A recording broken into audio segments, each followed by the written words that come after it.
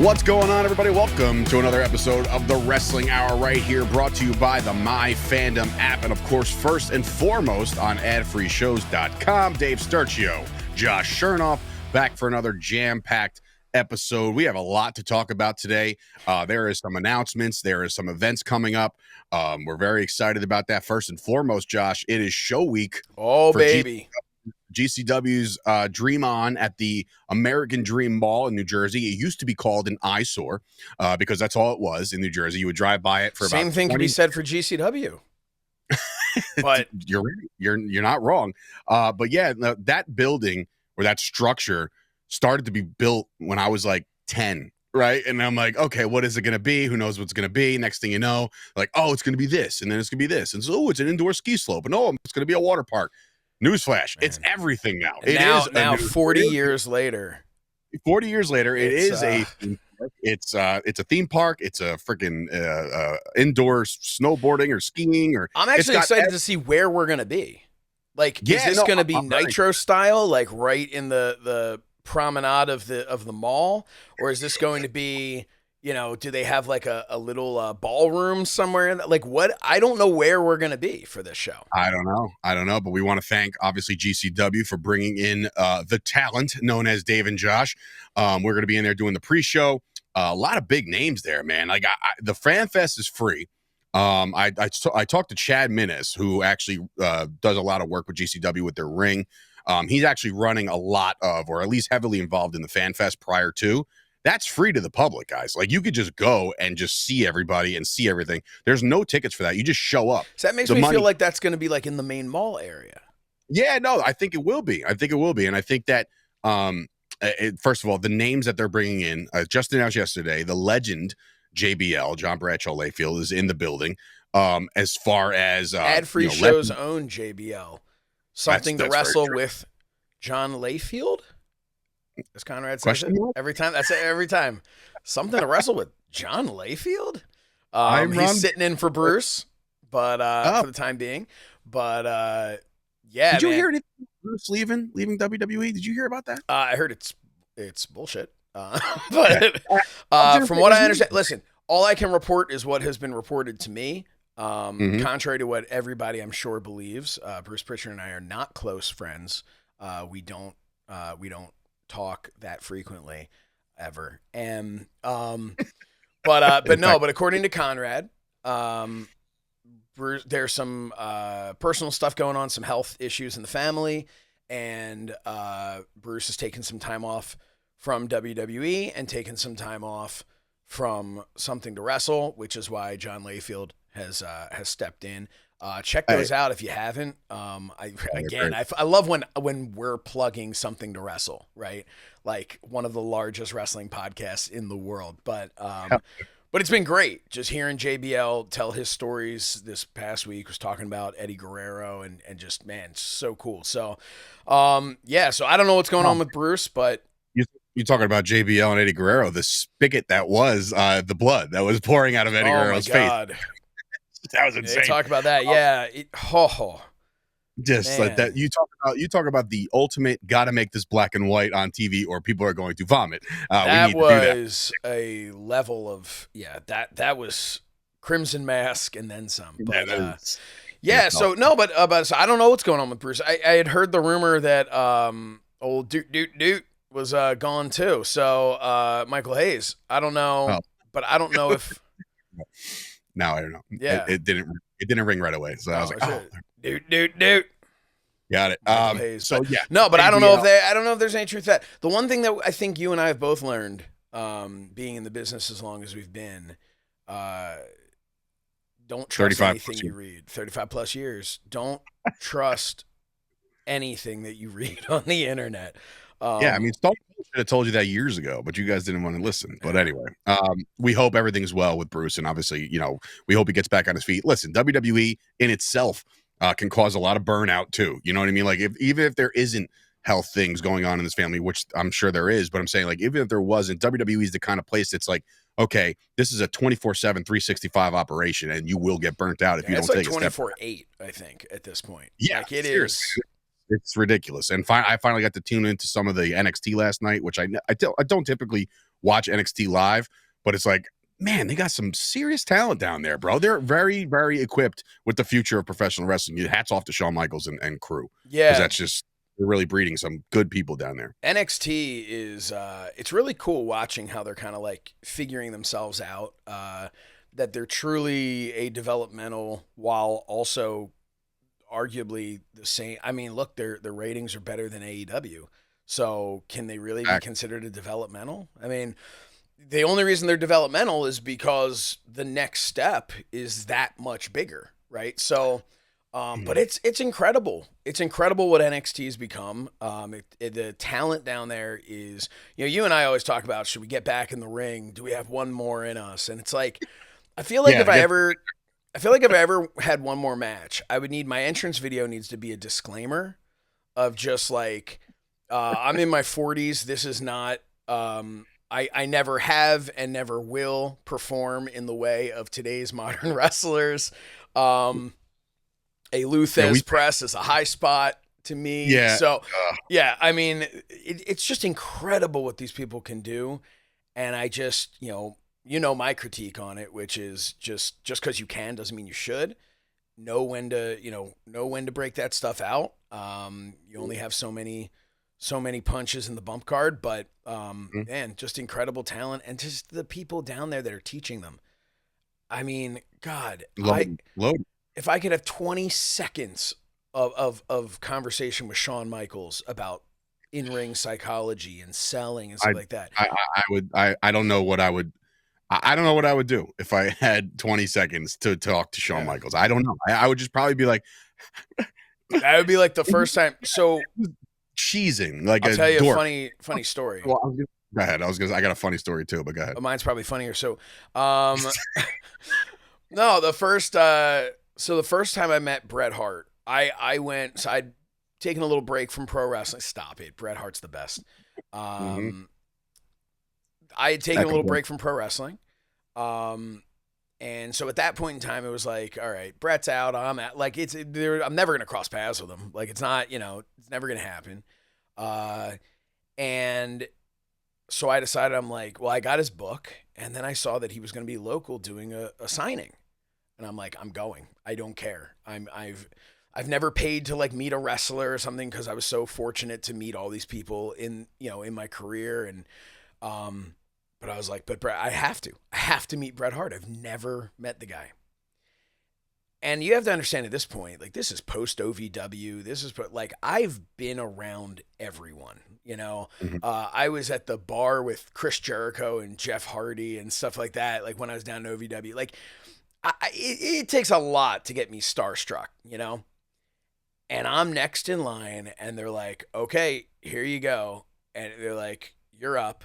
And I walk over, and it was like, as you just described, it was just like, hi. So I watched the rest. I watched you. I watched you with the wrestling stuff in the ring with the ropes. Like, it was so.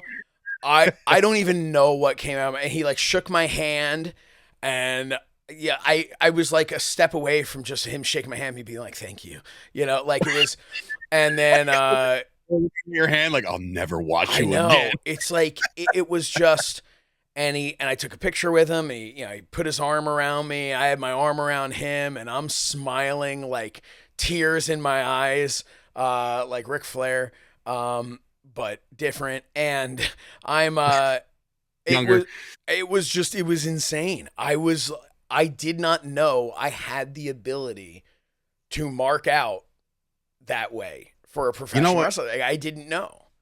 It bothers me now because, listen, true, full transparency, and I don't care who this pisses off. I was brought up in the wrestling industry by Pat Buck and Kevin Matthews, Were you? Majority.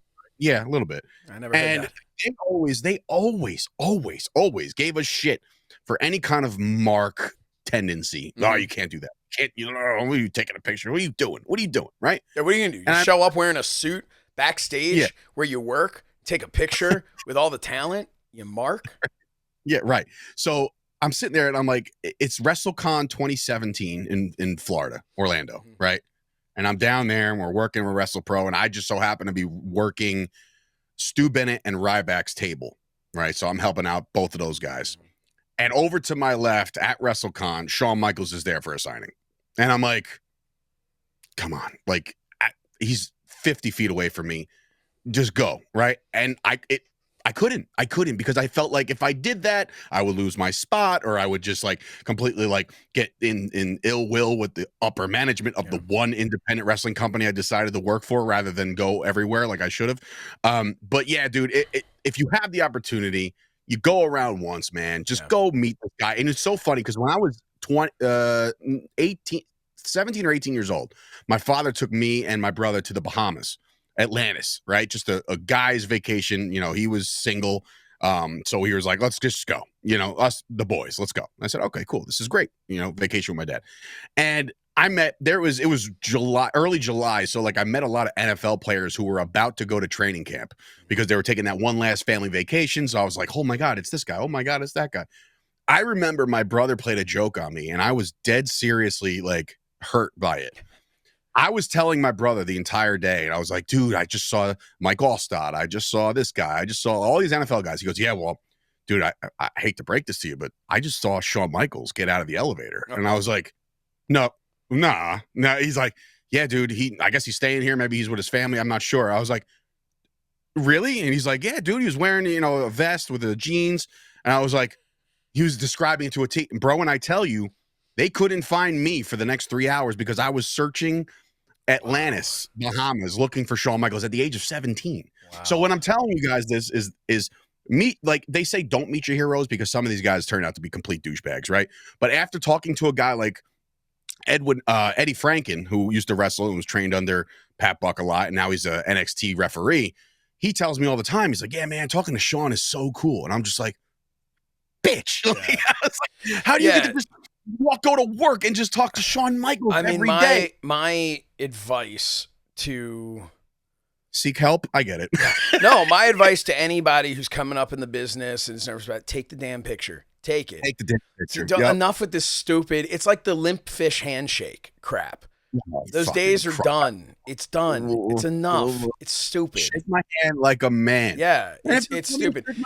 I'll give you an example of one thing. And I should say, years later, StarCast 2, I show up that day, and I flew myself out to StarCast.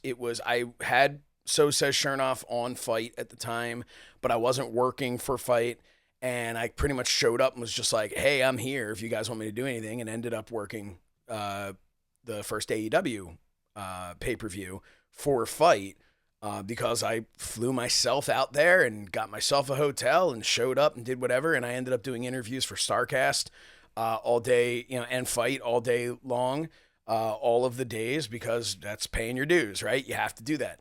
But day 2, I'm sitting there and somebody walks in. I can't remember if it was Conrad or Dave Silva, who was the one who said it, but one was just like, hey, Josh, would you mind going and getting like an interview with Bret Hart? To kind of just be like about the weekend, you know, hey, we're happy to be here, you know, at StarCast and everything. And I was like, what? So I ended up getting to do that. But the fact that I had met him years earlier as a fan made it so that I at least was able to get some words out. Probably the worst interview I ever did because of how nervous I was, because I'm like, again, it's Bret Hart. But then a little bit after that, I saw him and got him to record, this is Bret the Hitman Hart, and you're watching So Says Shernoff, which was just awesome. And then years later, if I can just continue to pile on my incredible story here, the only other time I met Bret Hart was backstage at Ric Flair's last match. After the show, we were in kind of like the green room area. So it was like locker room, then the green room, and then that went into like the gorilla area. We're in there, and I'm chatting it up with Seth Green, you know, the actor Seth Green. Al Sloana said, what's up? Great reference. And he and I, you know, we're chatting or whatever, and he's telling me all about how he's always been like, man, anytime I've seen The Undertaker, I've been like nervous to go up to him. Like, I've never taken a picture with him, which to me is always like, this is a Hollywood act. Like, you know what I mean? Like, draw once? Yeah. Like, so, but we're talking about it, and then Bret walks in with his wife, walks into the room, and he's like, "Oh man, Bret Hart." He's like, "Man," he's like, "Should I ask him for a picture?" And like, this is Seth Green, like being, this is freaking Seth Green, and he's like nervous about it. And I'm like, "I'll tell you what, I'll ask for a picture too. Why don't you go ask, for the picture? I'll take the picture, you guys." So he asked for a picture. They talk for a minute. I take the picture of him and Bret, and then I'm like, "Well, hey," I'm like, "since he, broke the ice here, I'm like, do you mind if I grab a picture too?" Bret's like, "No, of course, come on in." Like, Bret was super cool, and we took the picture. And I've said to this day, I've said it a million times, the only thing I wish is that someone had taken a picture of Seth Green taking the picture of me and Bret Hart, because in what world None does that Zero. happen that I have a picture backstage at Ric Flair's last match with Bret the Hitman Hart taken by Seth Green? Like, No, what? So that's the one thing I'm like, I wish someone took a picture of that picture being taken. But yeah, I don't know. That's the end of my Bret Hart story. Full reset of this. Take the damn picture with your heroes, and these are the people, and these are the reasons why you're in the wrestling business in the first place. That's the same. I chickened out at in Chicago, man. I wanted nothing more than to take a picture with Jim Ross. I really did. I was like, we're about to see Jim Ross. He's going to be right there. As long as it wasn't in the green room, you would have been fine. Right. It was in the green room. So like, that's like, he was so funny. Like, right. Remember that? Oh, like, God. He's like, dude, he was just a funny dude. But I was like, shit, do I ask him? He's one of my heroes, being a play-by-play guy that I want to be. Listen, I'm never going to duplicate anything that Jim Ross has ever done in wrestling, but I will say, like, some of my energy that I bring is because of him. So like, you would think, like, take that picture. Same thing goes with like slobber knocker, you have banger. Exactly. And same thing, like if I ever met Excalibur, right? I would just punch him right in the fucking face for wearing that stupid mask. Well, no, anyway. But the thing is, I've seen him without the mask. Is he ugly? He's ugly. It's wear the mask. I'm kidding, Excalibur. Speaking of AEW, really quick. Speaking of AEW, are they still in business? They are. In fact, Full Gear is headed this way, New Jersey, on Saturday. So bravo to them. They usually deliver a very good pay-per-view. That's truth be told. You can say whatever you want about AEW. They always deliver a very good pay-per-view. So I saw a parody video on the line, right, on the interwebs, and it was called "Bring the Doom" instead of "Bring the Boom." Oh. It was QT Marshall, however you want to say it. He was doing a parody video about the Costco guys, because that's on 0 Hour. It's going to be QT versus AJ, right? And again, why? No idea, but fuck it, right? Good for him. I saw a parody video.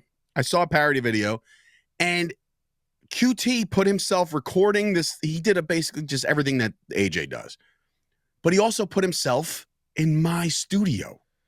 He literally used the background of my studio. Wow. And recorded the thing. And I'm like, and my buddy Alan was the one who bring that up to me. He's like, bro, they did it again. I said, did what again? And I because they did the Saturday Night Live. Did it, yeah. And now I'm like, wait a minute. I was like, motherfucker. So I took 2 screenshots and I put them in my story. I was like, first Saturday Night Live, now and I added them at QT Marshall, using my studio without using my studio. If you want to use my studio, just contact me and you can use my studio. He replied, and I'm like, wait, it was just a joke. And he goes, it was just a parody. We don't need a real studio. And I was like, buddy, I'm well aware that you think you are who you are, right? But I was on my first ever match ever in professional wrestling, September of 2012. QT was on the card. Okay. So like, I've known QT for a very, very long time, and he knows me, and he knows I'm a Pat Buck guy, and Pat Buck is down there doing his, whatever, his job down there. So he's doing his business. You can see it on the show. But for him not to even recognize the name, all you had to do was a quick click on profile and notice who I am. If you cut this up and put this on TikTok, I can see all the comments already. The name, bro. Who do you think you are, bro? Who do you think you are? Listen, I'm nobody's nobody. You're no Kazuki Samagachi. Tamagotchi's great toys in the fucking past. But look, it's a weird dynamic. And I was like, and I replied, I was like, hey man, I own the studio that AJ recorded in. I was literally just doing like a cheap plug for my business, and he just hearted it. And I was like, oh, okay, cool. I'm glad we're in good graces. It's like, come on, man. Like, anyway, Full Gear. Go check it out. That's all about look, the preview. I'm sure it'll be fine. You know, they did a show this past Wednesday, and friend of the show, Efren, who I love. Efren. What?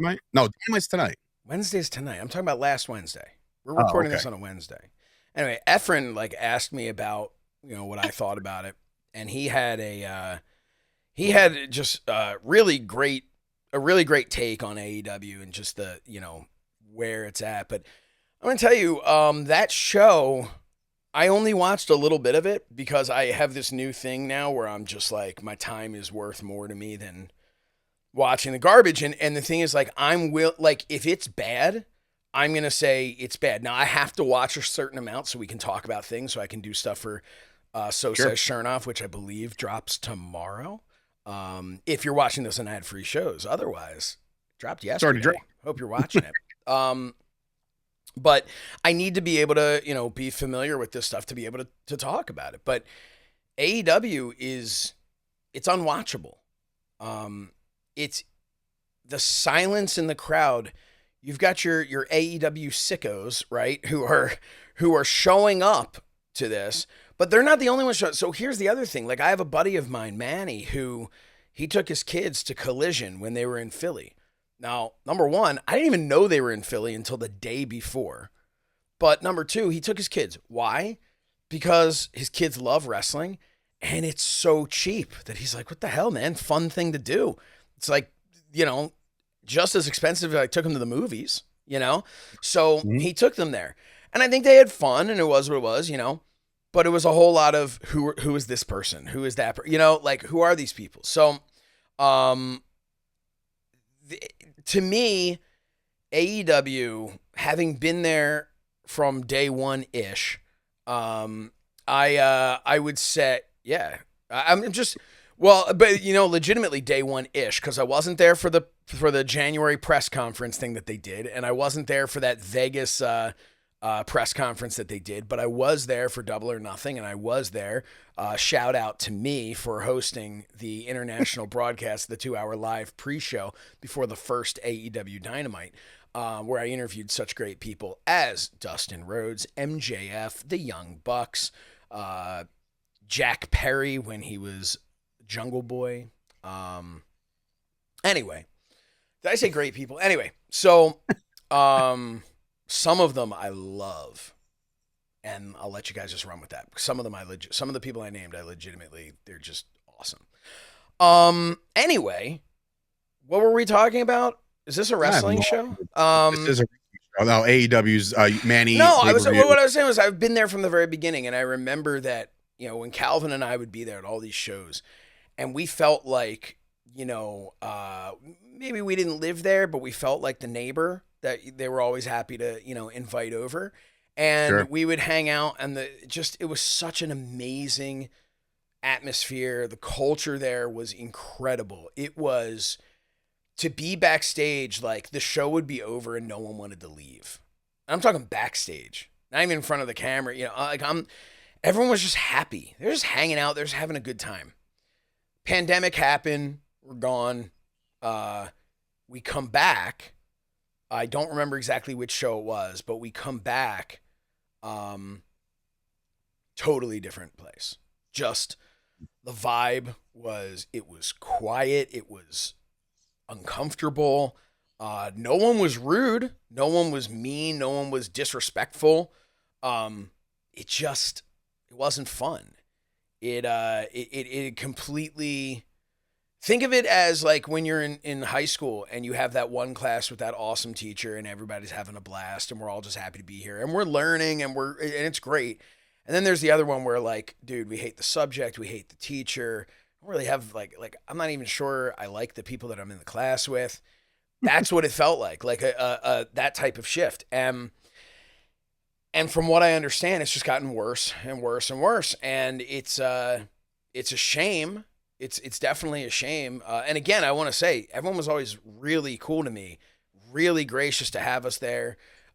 When we were there for Grand Slam, John over at AEW, who handled getting us in there, was awesome to work with. Like, so don't get me wrong, I'm not knocking the people there. It's just the entire company has changed, and I think it all starts at the top with Tony Khan. And you have people like, you mentioned Pat Buck, Kevin Matthews. They don't want to lose their job, and I get it. I wouldn't either. And if I had their job, it's easy for us to sit here and go like, man, if I was Pat Buck, I'd step up and go, hey, this sucks. Why don't you bring in so-and-so or this guy or bring in Josh and Dave? Dude, I don't. Be smart about it. You keep your job. Keep your job. Right. You got children. You got bills to pay. So no heat with Pat Buck on my end for anything. I get it. No. But what I will say is Pat's kind of a smart guy. And they could really go for leaning on a guy like him, leaning on a guy like Jerry Lynn, leaning on some of these other people that are there and just stepping back and going, hey, you're not on the show. What do you think should happen? Because when you ask a guy like Chris Jericho, what do you think should happen? Anytime you have anybody who's on the show, they're going to end up booking themselves into something. He thinks you should have a 20-minute interview segment and shit like that. So yeah, I get it. But no, you're right. Like, again, this is no discredit to the talent. This is a discredit to the management. And when we say management, it's just one guy. It's just one guy. It's not like production stinks too. Like, no, they're fine. Everything's good, right? Yeah. It could be so much better. And I do root for everybody's. Oh, except Jeff Jones. Who's Jeff Jones? I remember Judge Jeff Jones from ECW back in the day. He runs their social media department and all that stuff. Oh no, I don't. Yeah, he's love him, kayfabe and son of a bitch, but I love him. Maybe answer your phone sometime. Jeff Jones. All right. Anyway, so that's I'll call him out right now. Yeah, Full Gear coming up. Good for them. Hopefully, it's a good show. We started the show by talking about GCW, and American Dream, and JBL, and Kurt Angle, Mick Foley. Like, they're going to be there in the house. It's free to be there. Go meet all your heroes. It's a lot of fun. And then obviously the action starts, and there is some seriously big time matches coming up this Saturday at GCW. Your dear friend, I like him a lot. He's a good dude. Matt Cardona is gonna be in action against the one they call Manders. So that should be a good one. No, that's not nice. And then obviously you have. I'm sorry. Who'd you say Cardona's beating? Okay, Manders.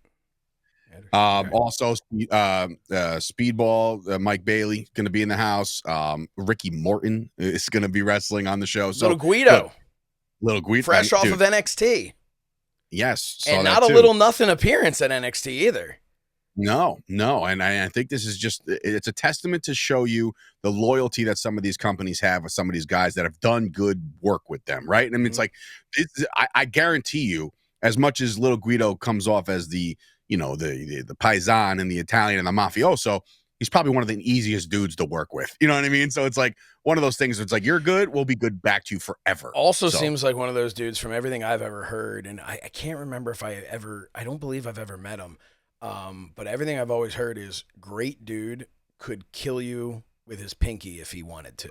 That's my Italian. It's funny because that's the type of guy that people get along with very easily, right?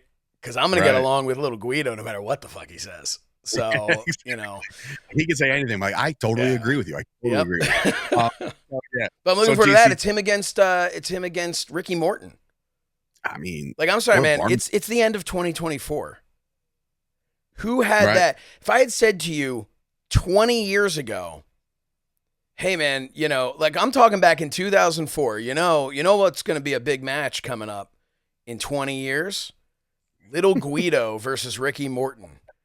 It's crazy. You'd be like, what? Like, had I said that to you 10 years ago, like it's incredible to see the longevity of some of these guys, the resurgence of some of these guys, taking advantage of what independent wrestling has become now. But look at the common denominator on some of the resurgence. GCW is at the forefront when it comes to some of these guys' resurgence. Like, yes, we know that Matt Cardona caught a raw deal with WWE and was let go, but man, oh man, if it wasn't for GCW, we wouldn't get the Indie God. We wouldn't get Always Ready. I don't. Shit. that's all on Matt Cardona with one big opportunity, and then it just spiraled and in the best way, snowball effect. You become the biggest independent wrestler because of your deathmatch king stuff with GCW. I and think Matt hated him. They hated him, right? Like they didn't want him there. Get Zack Ryder out of here. No. This is Matt Cardona, and it's GCW. I think Matt and GCW.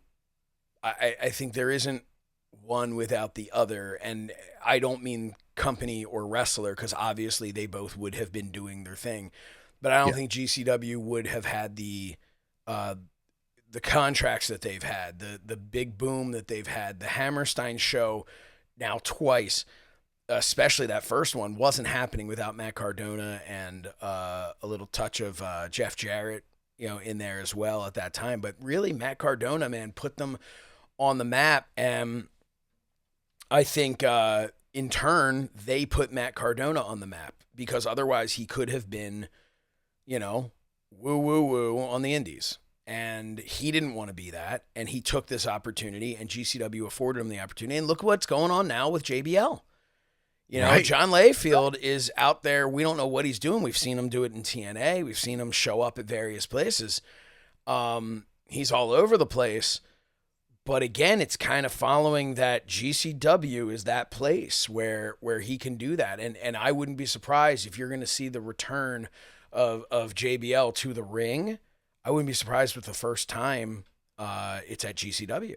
It feels like it would be. And I wouldn't be surprised if it's at the Hammerstein, which JBL kind of, I won't say popular at the Hammerstein, was kind of the most hated guy at the Hammerstein at the ECW 1-8 stand event. So, look, there's something there. I think I may have just booked something, but it's exciting to see, and for us to be able to be a part of it is huge. And shout out to MyFandom, the greatest app in the world. If you haven't downloaded the free MyFandom app, go to myfandomapp.com and download it for iOS. Android is coming soon. That's not an ad, by the way. Zero. No, that's not an ad. That's just one friend talking to another here on Ad Free Shows.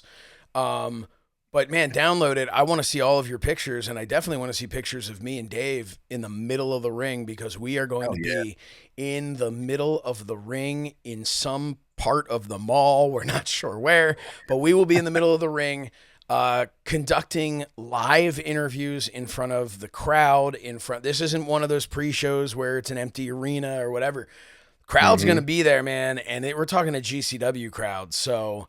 If we say something wrong, you're going to get a UF up chant, You know what it is? I don't know if the mall is ready for a GCW crowd. You know what I mean? Like, imagine being Brett Lauderdale pitching this to them. Like, you know what? We have a great, passionate fan base. And everybody shows up like, mother F5, and just blood. And all of a sudden, like, people are trying there need to be like, signs on the doors. Please don't bring your children into the mall today. They're trying to go on the merry-go-round, and then all of a sudden Janela is jumping off the merry-go-round while moving. I haven't seen Janela with any announced match. I got to assume he's going to be What's there, he up to? Because he had like burns from he wrestled this past week. So this past weekend. Segue into more independent wrestling stuff before we get into more independent wrestling stuff. And then we'll wrap this up with some Survivor Series talk. Baby. So over the weekend, I had a birthday party I had to go to down south. When I say down south, I'm talking like past the Jersey Shore, like south. But I know I had to go in that direction. Just so happens I was in Florida over the weekend, so I think I've beaten you as far as going south. Yes, that's very apparent. That's very true. So let me so that's two for me. It was the birthday story. There was a show with SWF, Superstars of Wrestling Federation. Superstars of Wrestling Federation. Sure is, and it's run by Rob Fury, who I've known for a long time. Friend of the show. SWF was running a show in Port Monmouth, which is around the area of like Keyport, Monmouth there or whatever. Anyway, they had a show there at a VFW, and I was like, you know what? I'm driving down that way anyway. I got to go south. I got to pass it. So I just took a little detour, and I stopped by the show because I wanted to talk to Rob Fury about a couple things, because little does everybody know, like when I was originally fired from PWS, Pat Buck gave me the boot and said, "Get the fuck out of here." I left, and I had nowhere to go, Whoa. and Rob Fury took me in. You don't know about that? I thought I told you about that. No, I know we weren't allowed to talk about PWS when we were doing the show before. No, it was literally after my squash match with the aforementioned Eddie Franken. I came back from my ACL, squashed him in a match, and then I wasn't like booked the following month, and I gave him some shit. I was like, "How can you not book me?" Blah, blah, blah. You know. Anyway, What's I got that way name? too. How do they not know the name? Right, Dave right. Destruction. Exactly. So anyway, but Rob Fury was the one to give me my opportunity to continue to wrestle if I chose to. So I had a couple matches at SWF. Me and Rob became close. He makes the joke all the time that, you know, he put me and him in a tag match together, and Fury and Destruction are 1-0, undefeated forever. That's just, you know, that's the running joke. But anyway, I went down there to say hello and talk a little shop, talk a little business. And the motherfucker didn't show up until like 2:30, and doors were at 1. And I love him to death, but you know, he's a busy dude, and he's making towns and kissing babies and all that shit. So we just never got a chance to talk. But I did run into Joey Janela, and I was like, he goes, "What are you doing here?" And I was like, you know, I was passing by. He goes, "You were passing by, so you stopped here?" Like, it was just like almost like angry with me that I stopped by a really kind of small. Janela's just like, "I wanted more for you, kid." Yeah, right. So Janelle was there. Rhett Titus was there. I got to say hello to him. Haven't seen him in a while. Of course, the real one, Enzo, was there. We talked shop. Good and dude, you know, he's gonna be. Won't he? He's gonna be at a different show. Okay, we'll talk about that later. yeah, he'll be there too. He'll be at the next Fight Factory show in February. We got to announce that soon. But like he was really soon because I need to book that. Yeah, no, it's February 13th. We're still working on the specifics, but it's a Thursday night, not a Tuesday. But I will say, I talked to Casey Navarro for a little while. He was there as well, booked on the show. He's telling me about how, you know, he's making towns and making, you know, whatever. But it's just funny that, you know, you go down to these independent shows, and boy, oh boy, they are night and day. And when I walked in there, doors were open. And there was nobody there. Yeah. And I was like, Casey, this is going to be one of those instances that you get humbled very fast, because you're doing this TNA fun run with, you know, Top Dollar and doing all your shit and having matches with the Hardys and all this fun shit. And then you got to drop down here. I was like, but you got to give it 110 no matter what, you know, just because you never know who's watching. You never know who you're going to inspire, blah, blah, blah, blah, blah.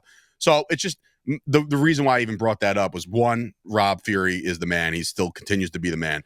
But two, just if you are an independent wrestler, we will be seeing GCW with a massive crowd. But for any of those undercard guys that are still there trying to make the name for themselves, continue to work everywhere. You know what I mean? Like, I made the big mistake, and I don't know about your independent run because you went to Mr. fucking OVW relatively fast. But I want to say that the biggest mistake and regret I have in my early career was that I didn't go out and wrestle as many places as I possibly could. I stayed what I thought would be loyal to my trainer, and I was the only one that did that. Yeah, everybody else was going out and doing their thing. I was the only schmuck who was like, I can't work there. I work for Pat. You know, this is the next WWE. You know what I mean? Like, it's just like, it's a bad moment to have.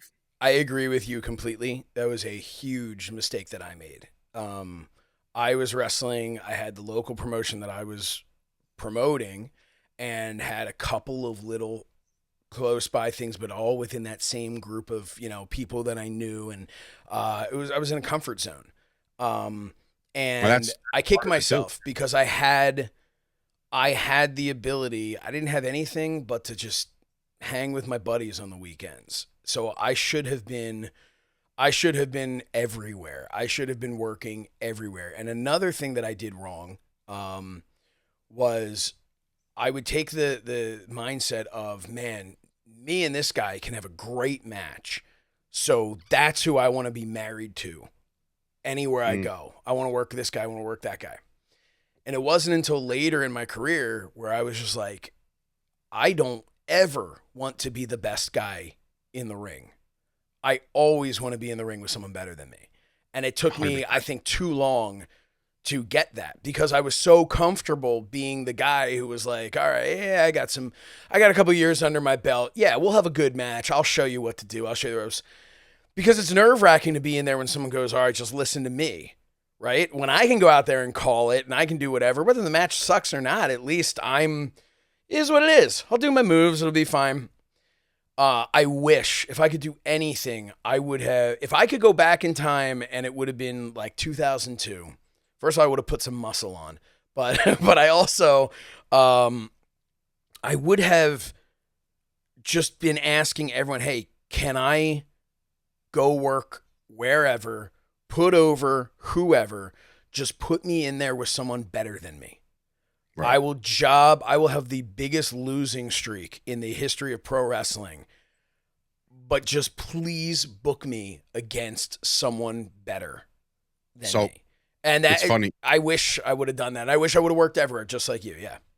Yeah, it's funny because the first, let's see, September through about June of the next year. So the first like 6 months of my career, all I was doing was wrestling other students on shows. Yeah. And I was just, damn, dude. That's I'm a never great way to practice. Listen, that's a great way to practice running the ropes, practice your bumps, practice just random moves and stuff, which is incredibly important, right? To know how to do all that and to get those reps in doing that.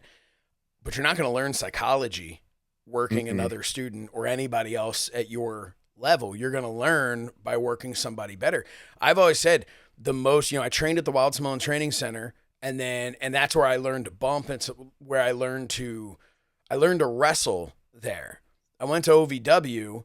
I kind of relearned like more modern style under guys like Nick Dinsmore, and learned some good stuff under Rip Rogers, but I learned to work sitting next to Al Snow at the house shows and being in the car with Stu and Drew and, some of the other guys, because I traveled with some of the other people there as well that were under developmental.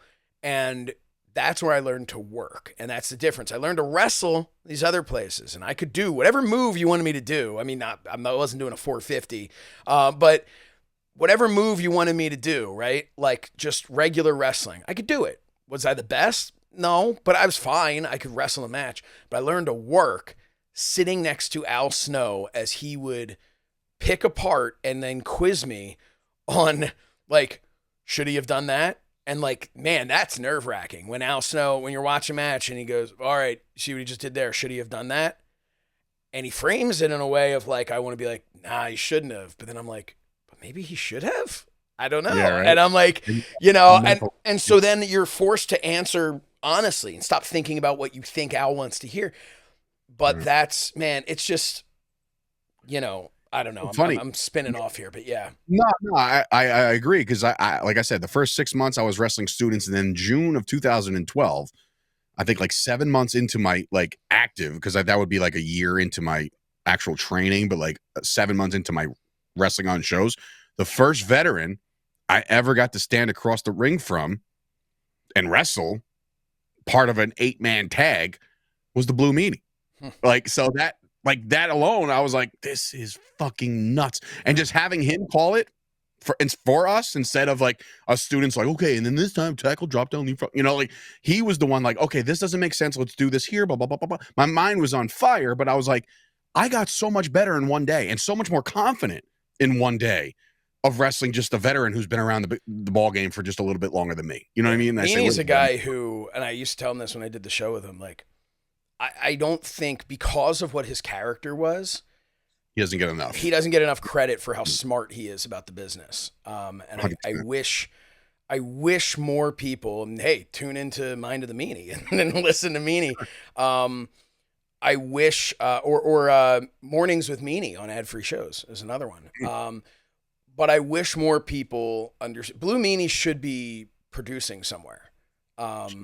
Because this is a guy, because also what he managed to do was, it's a lost art. Like everybody, I remember a wrestler that we had in TWF when we were running that, and we gave him this character because his first match ever was in TWF. And I won't say his name because he's still out there working. Great guy.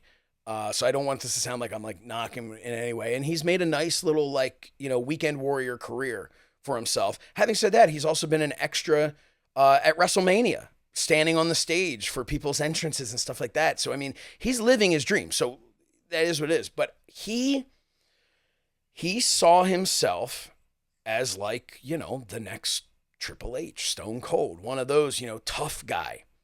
And we saw him, we gave him this character where he was like kind of like a little out there and like overly obsessed, like a number one fan, like obsessed with people and like kind of like socially awkward. And people loved it.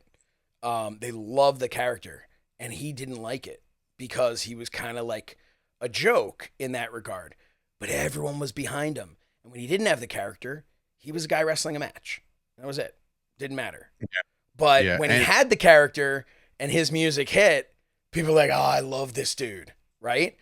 And it's, to me, Blue Meanie is a guy who was able to look in the mirror and say, okay, I'm not going to be Stone Cold, but I can do this Blue Meanie thing and I can get this shit over. And not for nothing, look what it did for the other guys too. Like Nova and Stevie Richards, and those guys really took it up another notch because of the Blue World Order. And I think that if not for the Blue World Order, you're never going to see a Simon Dean. You know what I mean? You're never going to see a right to censor Stevie Richards. None of that shit is ever going to happen. Are we blaming New World or Blue World Order for right to censor? Yeah. No, I look, I just, Meanie is, like I said, he's a very, he has a really, really good mind for this business. And his only hiccup is that he's a Philadelphia guy, and that's it. Nope. So anyway, that's going to be cut out of the TikTok feed. Right. Look, or we'll just do Dave Sturchio buries Blue Meanie. Yeah, that's what we're doing. Yeah, exactly. Perfect. Also, in the world of independent wrestling, now official. I know last week we spoke a little bit about Awesome Championship Wrestling, ACW, going down at the Mid-Hudson Civic Center, or whatever the hell they're calling it now, on January. Mid-Hudson Civic Center to me, man. That's all that matters to me. Just like CVV, always like, it'll always be the Sky Dome. Exactly. But yeah, so ACW running on January the 4th. It is going to be a loaded card. They have booked already Nick Nemeth, TNA World Heavyweight Champion. They've booked the bro of all bros, Matt Riddle. He'll be there in the building. They're crushing it right now with talent. Tommy Dreamer will be in the building. It's going to be great. It's going to be a great show. And listen, I threw myself and Josh's names under the little, I don't want to say not under the bus, into the I'm hat. saying I threw our name in the hat. I said to Hale, and I said to the promoters, I said, look, I'm not sure what you're doing in this area. And we're talking about broadcasting and streaming and commentary. And I was like, but I would like to tell you that you're not going to find anybody better than myself and Josh. Right. And I was confident in saying that. I'm still confident in saying that to anybody. But yeah, so lo and behold, they did do some kind of, I don't want to say choosing process, but it was to me and to them, it was a no-brainer. So on January the 4th, myself and Josh will be the commentators and the voices of ACW's first show. He's looking at this as a sink or swim type deal. It's kind of how I went into Fight Factory. I was like, do we want a million shows and be a full-time promotion? Fuck yeah, we do, right? But like, we really got to crush it on day one, because if not, we're just gonna fall into that umbrella of just alphabet soup. That's why we called it the Fight Factory, by the way. We didn't want any, like, even though people are like, yo, Fight FFW. I'm like, no, it's not FFW. It's the Fight Factory. Like, can we not do that? But it took on a mind of its own. But yes, we will be there. They're putting a lot of stake into this first show. Josh, I know you were pumped, when I got to tell you the news and say, like, hey man, we're in. It's a great day. It's going to be a great show. They're already doing good business, meaning like when I gave him, and this is just for going forward for any independent performer out there, whether you are a wrestler, referee, announcer, ring announcer, whatever, know your worth. I went in there straight shoot and I said, this is what we want to get paid. If you can make this possible, let's do it, bro. 8 seconds later, done. And that's how it's done, guys. That's how it's done. Not nickel and diamond, not like, I don't know, brother, depends on the house. Like, no. And it was so simple. You gave a price and you said, and Josh is 5 times what Dave gets paid. Right. And that's it, like, man. And he goes, you know what? That's totally justified. Josh is way better. Yeah. But that's how you do business, man. That's how you do good business. You don't go back and forth. There's no negotiation. If you believe in the talent, then they're worth every penny. And I've told this to many, many people, including, GPW, right? I tried to get them to be the production crew. They're not the production crew. I don't know who the production crew is. I was very taken back by that because I dropped the name GPW to these guys. I said, these are the guys you got to use. They're the best. They've worked for GCW, WrestlePro, ISPW. They've done all. They're just the best of the best. And they chose somebody else. And that's okay too, right? But just stay the course, know your worth. You got to know, like I even said, I was like, I don't think these guys, just based off the talent they're booking, they either have a money backer or they're just really all in. When I talk back on my headset, I'm just going to call the guy O'Neill, no matter who it is. So it really doesn't matter. And that's who me and Josh and I have been accustomed to talking to. Yeah. Hey, and look, all I know is we're going to go there.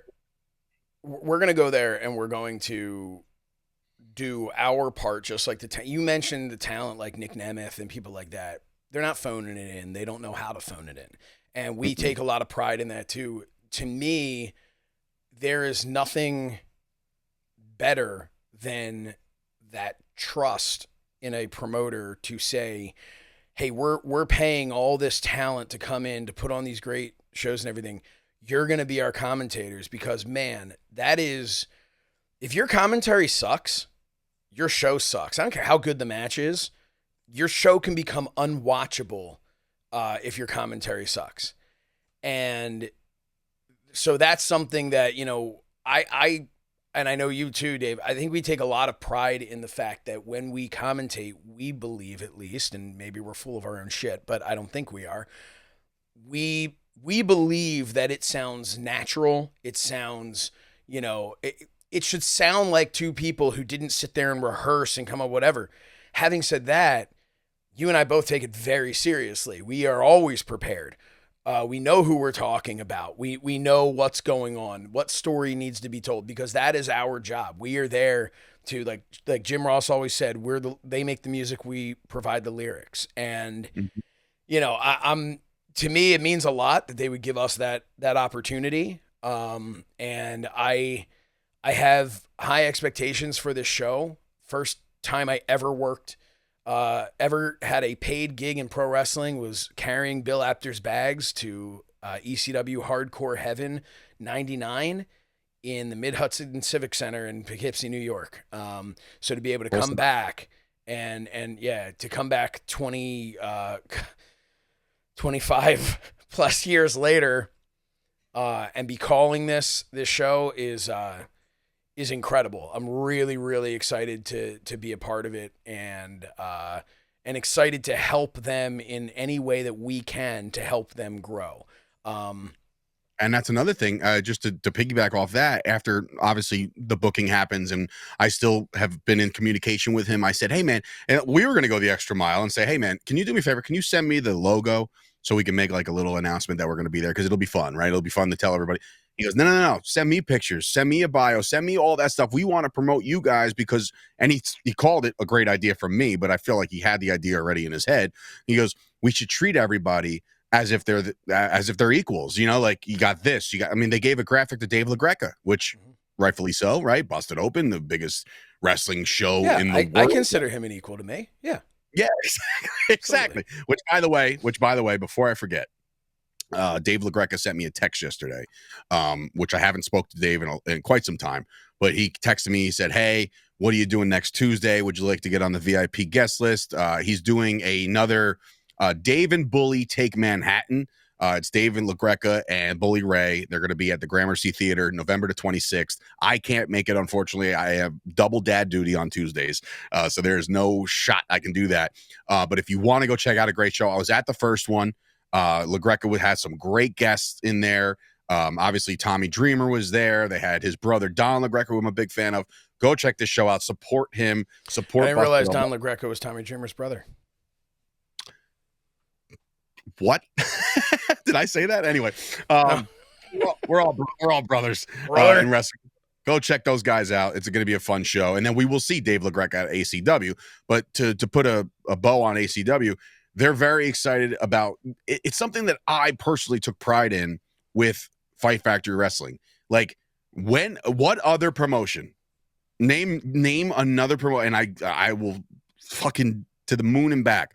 Some people do announcers, some people do ring announcers, but what other promotion is announcing their referees? Like, what other promotion is telling you exactly who's going to be there and what value they hold to the brand? Yep. So for ACW to put us over, which they will eventually on social media, I'm sure, and then like for guys like myself, who I made it a point to say like, hey, we got Kyoto, that's great. Mike Kyoto is a legendary referee, but we also have Kevin Keenan, who has done amazing things in his business. We also have Stephen Dumang, who Dumang has been around every independent wrestling company pretty much ever created, right? So, and Ryan Peterson, hey, he's our ring announcer.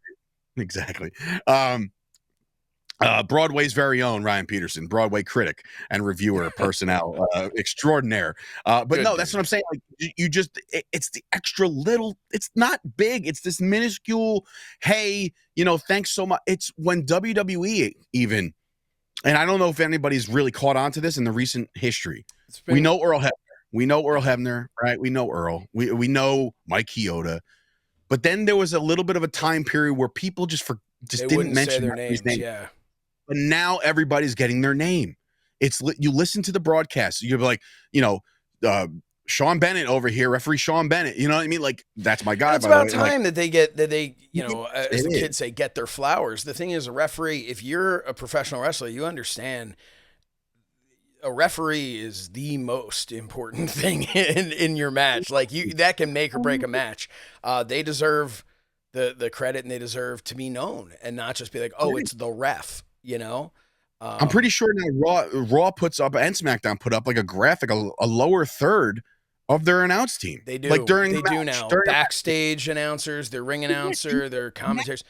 It's phenomenal. It's really so great. That's so great. And that's a nod to Triple H. That's a nod to ACW. That's a nod to myself. But those little tiny things mean so much to some people. You know what I mean? And like, they're thinking like, okay, yeah, it is The Rock and Roman, but like, oh, by the way, here's your broadcast team, and you're also being in the same breath as that. And that's I just think I've always felt this way, and someone was saying this about Shawn Michaels had said this, and it's something that I've always believed, and it was really awesome to hear Shawn Michaels say it. It was on a Chris Van Vliet interview, so it may have been I don't know which one, if it was recently, maybe Austin Theory maybe was the one saying this, but they were talking about like social media now and how like, and I'm sorry if it wasn't them and it was a different podcast altogether, but I want to say CVV gets that kind of stuff out of other people. But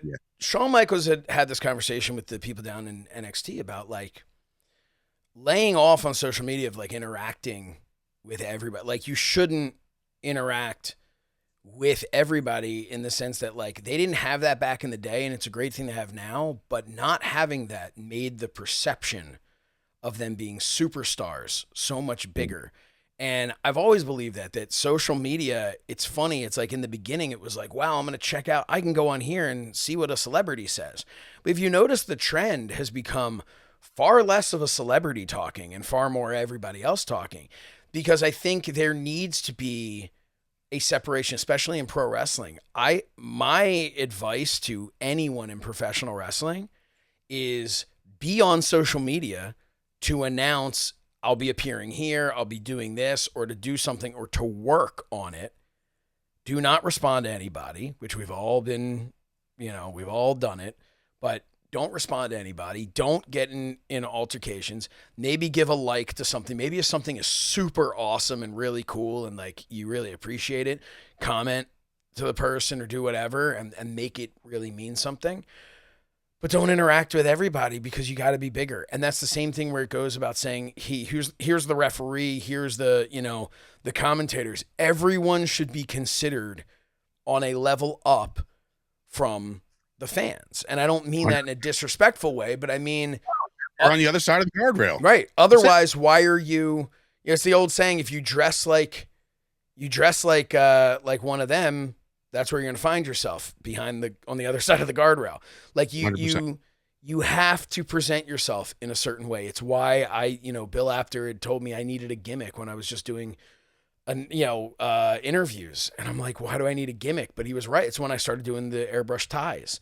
He was right. You needed something to stand out. So when I walk around, I might just be random dude in a suit, but that tie or the jacket or whatever is the thing that makes somebody go, okay, he must be somebody. How much recognition were you getting at WrestleMania with your Kelly Green? You know what I mean? Yeah. Like that. And you know what? Taking nobody pictures said, with people. Yeah. Yeah, nobody said, like, look at that fan over there dressed up in a full suit. Like, they knew that people were asking for pictures even if they didn't know who I was. And some of them were like, oh, I know you from whatever the hell. And you got recognized for things, too, at SummerSlam, I think it was, right? Oh, yeah. You were getting recognized. And it was a simple, like, Fight Factory. And I was like. Which was incredible, yeah, which is really cool. But of course. But it's also because, and this sounds like a bad, like, we weren't sitting there waiting in line. We were walking around, we were working and stuff like that. And you have to have enough respect. I'm not saying that you're better than anybody else, but you have to have enough respect for your career to put yourself in a different category. Because if you're too accessible, then people think that you're nothing special, and then they don't want to watch you. There's so many little nuances that I'm just like, it's crazy to me. This is going to sound ridiculous, but I will always, always, always make sure I have a fresh haircut. Either day before, day of. Like, it sounds ridiculous, but it's like, if you feel like for instance, Roman Reigns, that dude has an undercut, right? We all know that. That's his hairstyle, right? It's a long hair, but underneath it's always, short and shaved. The guys have barbers in the back. They make sure that it's the stupidest little things that can make or break a performance. I remember when Shawn Michaels came out during an interview during the Attitude Era, and he had like a 5 o'clock shadow. And for the first time, I've never seen this guy with a beard ever. And I was like, whoa. It was so stupid and minuscule, and just like he's usually just a clean cut baby face, but now he's talking in a different tone, and now he has a beard, and it's just like it's the little nuances. It's all those little things that change. Yeah, it's the little things. Speaking of little things, Survivor Series. Just kidding. Yeah. Huge Survivor Series extended coming up. Episode of the Wrestling Hour, because my Bret Hart story went on for 40 minutes. Where are we at on time? I don't even know. We're about just at about an hour. Okay, so just real quick, just based off developments and clips for social media purposes, obviously. Listen, Survivor Series is coming up. They're starting to plant the seeds. The seed looks like it's already been planted and starting to bloom on the Bloodline 2.0. It looks like it's going to be the 4, where you see the 4 and the addition to the 5th, which is obviously Solo, the Tongas, Jacob Fatu, and now Bronson Reed, right? And to me, I'm just like, okay, oh, God damn it. And they have this ongoing feud with Seth Rollins. And do you think, Josh, my question to you, to kind of put a bow on this, really, is just your thoughts. Do you remember when Cody Rhodes, went into that Rumble and everybody was like, he's winning the Rumble. You know what I mean? Like, we all kind of knew, like, he's winning the Rumble. And like, so that, to me, that took a little bit of the luster out of the win, because I thought WrestleMania's got his name all over it, so he's going to win the Rumble. So now going into Survivor Series, the OG bloodline, Roman, the Usos, and of course now Sami Zayn, they're trying to find the 5th man, and it seems like they're really harping on Seth Rollins, and Seth Rollins is doing a nope, never, ever. Is it so never, ever that it's like, yeah, it is, it's going to be to you? Yeah, it's going to be Seth Rollins, I think. What's really funny, I was thinking about we were visiting family down in Florida over the weekend, and my mom has one of those little Alexa things that apparently you can watch YouTube on. So I found my 7-year-old on there watching. WWE had some sort of, like, it was pretty much the entire history of the Bloodline storyline, and he's just completely just engrossed in this, like, trying to learn everything. But one of the things that I remember just kind of like going back thinking about is, like, Seth and Roman, like, the Shield kind of got back together for that short little run.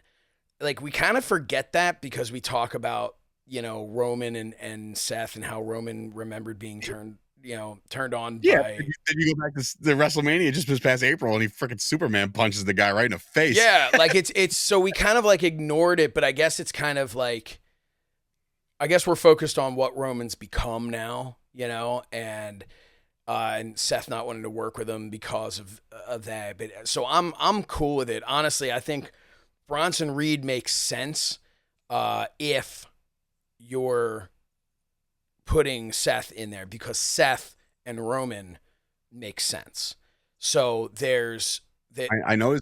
Go ahead. Sorry. no, it's just if Roman needs to call on somebody and he's got nobody left in the bloodline, I mean, who's left? It's got to be his brother from the Shield, To me, I again, this is just fan talking here, not like guy who's been around the block for a little while, but like a fan. The bloodline is losing its luster because it's now no longer just the bloodline. And that's the problem I have with it. With Bronson Reed being added to this, I'm just like, that's not the fucking bloodline. Like, he's not a family member. You know what I mean? Like, this doesn't make it. And neither is Sami Zayn. But Sami Zayn at least has that year-long history where it's like back and forth, and he's the Uce and feeling Uce. And yeah, but the thing is, you have to remember, they didn't have Bronson Reed join the bloodline. They had him. He's just joining the team on War Games. I understand. So I mean that I'm okay with that. Yeah. All right. I'm forgiving of that. Hey, but you know what's going to happen right before that, though? We're going to do a pre-show. We're going to do a pre-show. It's going to be live on the MyFandom YouTube channel and simulcast with the Ad-Free Shows YouTube channel. But it's not going to be behind the paywall for Ad-Free Shows. It is going to be free for everybody. Yeah, it's. I'm really excited about it. And as soon as it is done, we will we will shut it off, and I will run upstairs and watch Survivor Series with my kids, which I am super excited about. WWE just reached out the other day, full disclosure, about, hey, would you guys like access for the Royal Rumble? And I got to be honest with you, I kind of looked at it and said, I think I'd like to stay home and watch it and do a pre-show for MyFandom. And I didn't tell them that. Oh, God. But I don't know. How could you? No. Oh, listen, it was, would you like to apply for press credentials? And we'll let you know 20 minutes before the show whether or not you can get in. Well, listen, so we may not see it, but Malcolm Muscle, Adam Barnard, all you guys, they'll all be there. Let us know how it was. Before we get out of here, no, that's really it, actually. Yeah, that's it, man. We're going to be doing that. Hey, this weekend, MyFandom YouTube channel, GCW YouTube channel, and on Triller TV, as well as the Triller TV Roku channel. It is going to be on there. The GCW Dream On pre-show, brought to you by MyFandom, hosted by yours truly, Josh Shernoff and Dave Sturchio.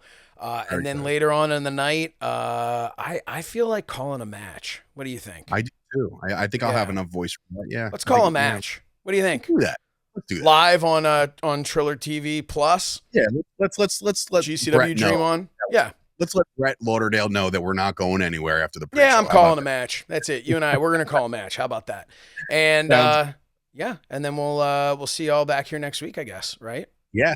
And we'll give you a recap of all that was and comes with Dream On at the American Dream Mall, GCW. Tune into that. Go to the free Fan Fest and meet all these guys. It's going to be a great time. Go check that out. We hope you enjoyed this episode of The Wrestling Hour. You have one more thing with one last breath. Go. And tune into So Says Shernoff, the return of So Says Shernoff, available now or tomorrow, depending on when you're watching this. But check it out on the MyFandom YouTube channel, and then a couple days later on the So Says Shernoff YouTube channel. But it is going to, it's a good show. It's a real good show, featuring a commercial in the middle that is it's pretty great. So you have to check it out. It's pretty great. Yeah. All right. Well, listen, support independent wrestling, support WWE, support AEW if you have to, and of course, enjoy the rest of your week. If you can't be an athlete, be an athletic supporter. There you go. For Dave Sturchio, Josh Shernoff, this has been another episode of The Wrestling Hour. Thank you guys for watching, listening, tuning in, subscribe, do all the fun shit you're supposed to do on all these said channels, and we'll see you guys next week.